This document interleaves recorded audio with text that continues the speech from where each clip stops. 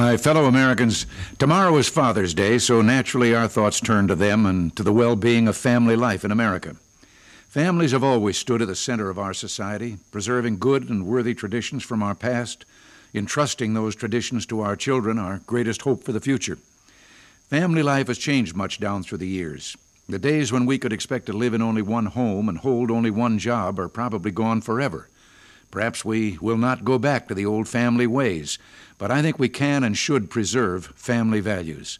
Values of faith, honesty, responsibility, tolerance, kindness, and love. And we'll keep on trying to do better, trying to create a better life for those who follow.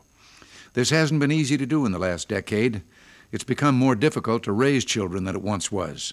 For example, the dependency exemption on your income tax.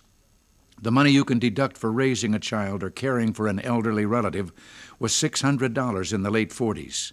That's been increased to $1,000 now. But if that deduction had been indexed to keep pace with inflation, today you would be deducting more than $3,000 for every one of your children. Housing became harder to afford, and the cost of private education also became too expensive for millions of middle-income families. By 1980, American families felt the full shock of runaway taxes, inflation, record interest rates, and soaring prices for housing, education, food, and other necessities of life. They saw the golden promise of the American dream disappearing behind storm clouds of economic misery. Liberals urged huge government subsidies, paying parents for expenses they used to handle themselves. But big government becoming big brother, pushing parents aside, interfering with one parental responsibility after another, is no solution.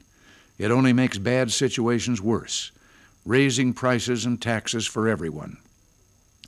We came to Washington with a better idea. Help working parents to better provide for themselves and their children by enabling them to keep more of their earnings, and help them by making government do its job so the terrifying specter of runaway price increases never returns. Our tax rate reductions have helped parents, reducing the tax bill that would have been owed by a typical family by over $900 a year. And we've helped parents by reducing the inflation rate by nearly 2/3 since 1980, and by creating more than 6 million new jobs. Things are getting better for American families, but much remains to be done. That's why the Treasury Department is making greater tax fairness and greater tax incentives for families a central consideration in the tax reform proposals they're developing. We're trying hard to help fathers and mothers in other ways, too. Many innocent children are exploited by those who traffic in the gutter of drugs, child pornography, and prostitution. Last month, I signed the Child Protection Act of 1984, a key part of our determination to crack down hard on the smut merchants. And this past week, we opened a National Center for Missing and Exploited Children to help educate parents and authorities on how to protect their loved ones. We've just launched a nationwide citizen effort to encourage volunteer court-appointed special advocates in legal cases of neglect and child abuse.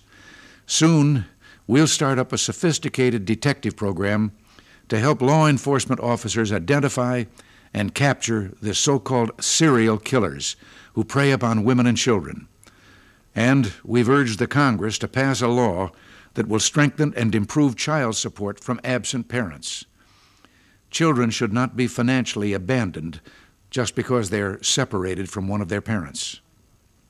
We're trying hard to make two other changes. We want to see fewer abandoned, handicapped, or underprivileged children left in perpetual foster care. And we want to see the unborn child given his or her chance to live and to know the joys of life. Adoption is often the best option.